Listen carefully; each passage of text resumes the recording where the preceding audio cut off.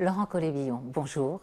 Bonjour Lucille Léjonquière. Merci d'avoir accepté mon invitation parce que je suis très très heureuse, un, de vous recevoir et deux, de donner la possibilité aux gens qui nous écoutent de mieux vous connaître. Je suis très heureux de participer également en tout cas.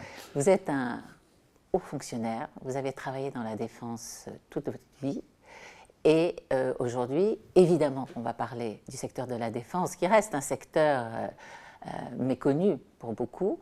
Et puis on va parler de l'homme que vous êtes, du père, de l'époux et du grand sportif. Alors on va commencer il y a quelques années, c'était hier, lorsque vous étiez un petit garçon. Où étiez-vous? Que faisiez-vous? Étiez-vous heureux? Alors, je suis né dans une famille dont mon père était ingénieur militaire déjà, donc je suis né il y a un atavisme. À Paris, mais pour rejoindre tout de suite le lieu d'affectation de mon père, qui est Vernon, où il y avait un établissement de ce qui deviendra plus tard la délégation générale pour l'armement, un établissement donc d'ingénieurs militaires en gros, et j'ai passé de 0 à 11 ans de ma vie à Vernon. C'était une vie extrêmement heureuse, très facile, collège César-Lemaître, des tas de copains, enfin c'était la campagne, donc c'était absolument merveilleux. À 11 ans, déménagement lié à une nouvelle affectation de mon père, qui rejoint un nouveau service technique qui s'occupe de ce qu'on appelle à l'époque des engins balistiques, ce qui deviendra les missiles stratégiques à un certain moment. Et donc, j'atterris en région parisienne, très exactement à Arcueil. Ah oui. Arcueil, c'est le lycée La Canale pour moi, où je fais mes études secondaires, y compris une petite partie de classe préparatoire en maths sup. Voilà. Et c'était un peu mon père ce héros, vous vouliez faire Pas du tout. J'avais une perception assez sévère de mon père. Nous étions une famille nombreuse, 8 enfants. Donc tout ça a été très organisé par ma mère, quelque part, bien davantage que mon père sur le plan de la vie pratique et d'un certain nombre de choses. Mon père s'occupait de vérifier les résultats scolaires de la SMALA assez régulièrement, avec des jugements assez lapidaires parfois. Ne comprend rien aux maths, ne fera jamais rien. Ah oui, comme quoi ça ne veut rien dire. Voilà. Tout ça a été, au fond, assez heureux.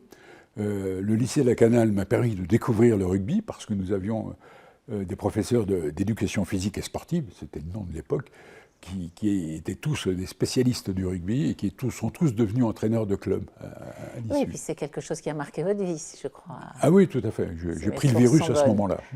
Et alors, vous avez rejoint un club vous-même? D'abord, la pratique dans le milieu scolaire, les compétitions scolaires, y compris le championnat de France. Et puis, j'ai rejoint, au moment où j'ai quitté le lycée, j'ai rejoint un club qui était Antony Sport, pas très loin de Sceaux, où est le lycée La Canale. Voilà, et où étaient d'ailleurs mes condisciples de La Canale, foncièrement. Et c'est une passion pour vous, ce rugby? Ça a accompagné votre vie? Elle continue aujourd'hui. Et ça continue. Je crois que vous êtes reparti sur une civière plusieurs fois. Donc, jamais. Non, jamais. Non, ah bon, alors, Mon nez a simplement fait plusieurs voyages d'un bout à l'autre du visage, mais c'est assez habituel, surtout dans les postes que j'occupais. J'ai d'ailleurs un excellent ami qui partage la même passion et qui occupait à peu près les mêmes postes que moi. C'est Marwan Laoud, qui est du même milieu également. J'espère que vous aurez l'occasion de le rencontrer parce que c'est un personnage également.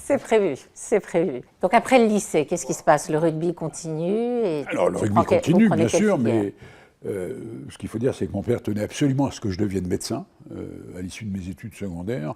Moi, je n'étais absolument pas décidé à devenir médecin pour des tas de raisons. Enfin, je ne sentais pas très bien ce métier, en tout cas, même si je le trouve éminemment respectable. Et donc, un peu par hasard, j'entre en classe préparatoire. Voilà, maths sup, au lycée de La Canale, toujours. Et puis le prof de maths a ses entrées à Louis-le-Grand, et à la fin de l'année, me dit, ben voilà, ton cas est réglé, tu vas faire maths spé à Louis-le-Grand. Donc je suis parti à Louis-le-Grand faire maths spé, bon, c'est ce qui a donné... pire comme lycée. Voilà. C'était assez sympa aussi, je dois dire que j'ai trouvé la vie en classe préparatoire plutôt agréable, mine de rien. C'est une vie assez austère et disciplinée, mais au fond, ça a son mérite. Ouais, ça a son mérite. Je continuais à jouer au rugby pendant ce temps-là, donc je trouvais que les choses se réunissaient assez bien, quelque part. C'est peut-être une soupape pour quand même supporter... Il peut y avoir de ça, effectivement. Ouais, voilà. C'est important de faire du sport quand on est sous pression. Donc je ne suis pas médecin, en résumé. Non, vous n'êtes qu'ingénieur, mais ce n'est pas bien grave.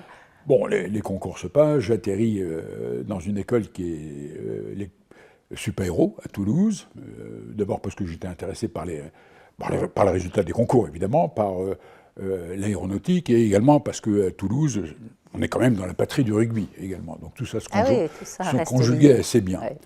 Et ça m'a permis de jouer au Stade Toulousain, qui est un grand club de rugby quand même. J'étais junior à l'époque encore. Les juniors étaient plus âgés que maintenant, probablement. Et tout a continué là. Et puis, au fond, les choses s'enchaînent. J'atterris à Supaéro. Une année se déroule. Et au bout de quelques mois dans cette année, je me dis, mais au fond, dans 2 ans, tu sors de l'école, pépère, qu'est-ce que tu vas faire ? Question. Et puis je réfléchis, je fais mon tour, je vais quand même voir mon père, je lui en reparle. Et puis de fil en aiguille, il a été très surpris que je fasse maths spé déjà, donc il me dit, bon, au fond, peut-être que tu pourrais réfléchir à entrer au service de l'État. Donc je regardais, ça m'a semblé assez intelligent ce qu'il faisait, les projets auxquels il était mêlé, qu'il conduisait d'ailleurs pour une grande partie. Et donc ça m'a incité à passer le concours d'ingénieur de l'armement, ce que je suis devenu du premier coup. Et donc j'ai continué ma scolarité à Supaéro, non plus en tant qu'élève civil, mais qu'élève ingénieur militaire. Voilà.